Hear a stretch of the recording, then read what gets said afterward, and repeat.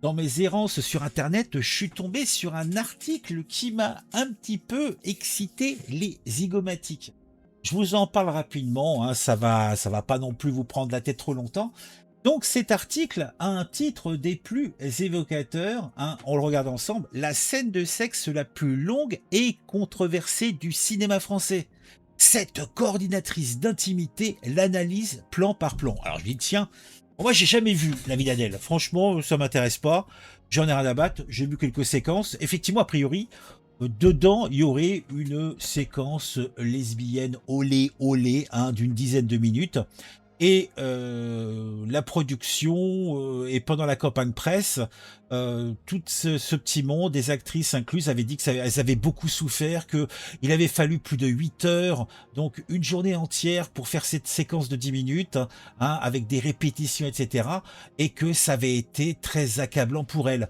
Et donc, cette journaliste donc, qui a fait cet article, qui se nomme Camille Lamblot, ainsi qu'une coordinatrice d'intimité qui se nomme je sais plus comment, eh bien, ces deux femmes sont en train de nous expliquer dans cet article que, bon, déjà d'une part, le réalisateur avait transposé ses fantasmes machistes d'hommes dans une séquence de sexe lesbien qui en fait ne correspondrait à aucune réalité.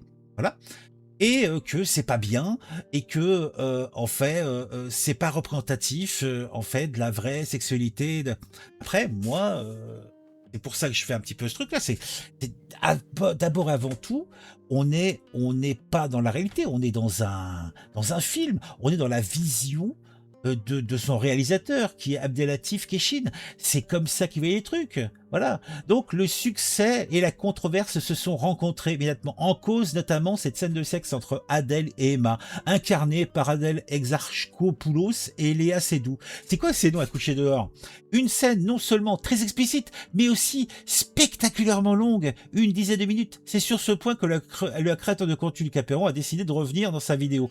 Donc Lucas Perron, c'est un youtubeur qui fait des vidéos, voilà. Donc a priori, il cause de cinéma. Donc, des conditions de tournage très graves. Oh là là, oh mon Dieu, c'est très grave. Lève le doigt quand tu le dis. Sur sa chaîne YouTube, le gars qui parle de cinéma, dans sa dernière vidéo, il interroge Manon Lugat, coordinatrice d'intimité. Voilà, c'est son nom. Connu sur Instagram sous le nom Le Cul Nu. Eh ben, dis donc. Au sujet de cette fameuse scène de sexe, Keshish s'est vanté de ces scènes qui duraient 8 heures avec ses actrices comme une performance. La réalité, c'est que c'est grave, très grave, déclare Morgane Lucas. Pour elle, si tout le monde avait convenablement travaillé, cette scène aurait pu être tournée en 15 minutes. Ah, c'est beau, hein. Ah, c'est beau, hein. Ah, c'est vrai qu'elle est sur Mimi, hein. En tant que machiste. Miam, miam. Donc, qu'est-ce que ça dit d'autre? Il nous fait du mal, parfois psychologiquement. La durée du tournage de cette scène est loin d'être un détail quand on sait que les principales concernées en ont beaucoup parlé, ne cachant pas en être soit très éprouvés. Voilà, d'accord, mais bon, c'est pas là où j'ai un autre truc que j'avais vu. Bon, a priori, elles lui en veulent pas parce que ça fait un beau film, hein, qui leur a fait du bien. Le Malgaz, ah tiens. Au moment de sa sortie, le film a notamment été applaudi par la communauté queer car il avait le mérite de faire exister une histoire d'amour lesbien à l'écran. Mais 12 ans plus tard, toi, au moment où c'est sorti, a priori, même les personnes de la communauté, entre guillemets, n'avaient pas grand-chose à redire sur le truc, mais par contre, 12 ans plus tard, il semble que l'engouement soit lui aussi nuancé. Pour Manon Lugas, donc la coordinatrice machin, les conditions de tournage des scènes de sexe de la vie d'Adèle sont d'autant plus inutiles au regard de la médiocrité de la mise en scène lesbienne qui repose sur des codes très hétérosexuels. Mais de quoi je me mêle? Si elle veut faire elle peut faire son film. Elle fait son film avec ses. Mais bon, je pense pas qu'elle aura autant de succès. Et c'est ça qui me laisse songeur, qui me laisse pensif. Hein? Qui se passez-vous? Hein? Donc, on a une gonzesse, donc je suppose que si elle nous dit que les scènes de Z reposent sur des codes très hétérosexuels, c'est qu'elle-même est plutôt de la tendance brute midou. Bah, c'est son choix. Mais en quoi la vision de cet auteur, de ce réalisateur, est problématique. À la limite, que tu trouves les scènes dégradantes, que tu penses que pourquoi pas, mais là elle est en train de nous dire qu'en fin de compte, c'est pas le fait que ça se l'échouille à langue pendue dans ce truc, c'est plus que parce que c'est pas assez précis c'est médiocre. Voilà. Alors, elle nous dit encore, c'est une mauvaise représentation de la sexualité lesbienne, affirme l'experte.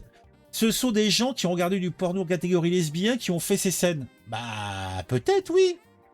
Ce n'est pas la communauté lesbienne qui a écrit cette scène-là. Bah oui, mais bon, moi, je suis sûr qu'il y a pas mal de lesbiennes qui ont fait des scènes, qu'on en a même enregistré. Mais bon, tout le monde s'en bat les steaks, quoi. Parce que ce n'est pas vraiment réaliste de comment les femmes entre elles font l'amour. Une occasion manquée selon elle, car une fois on avait un film qui montrait une histoire d'amour entre deux femmes. Mais bon, c'était un film sur une histoire d'amour, c'était pas un film sur du sexe. Je sais pas. C'est la vision de son réalisateur. Qu'est-ce que vous en pensez, vous? Hein? Bon, voilà, bah, c'est tout. En fait, c'est surtout en fait, quand j'ai lu cet article, je me dis, mais putain, mais il y en a qui aiment s'écouter parler, quoi. Et moi, j'aime aussi m'écouter parler. Donc, je me suis dit, je vais faire une petite vidéo là-dessus. Ah, Puis, j'avais rien sorti depuis une semaine. C'est l'occasion qui fait le larron. Bon, bah, dites-moi en commentaire si vous en pensez quelque chose. En tout cas, moi, ça m'a bien énervé les zygomatiques, hein. Ah mon dieu. Et surtout, j'aimais bien la petite vignette que j'ai générée avec de l'IA. Donc, je la trouve très très pertinente. Allez, à très vite, je m'en vais.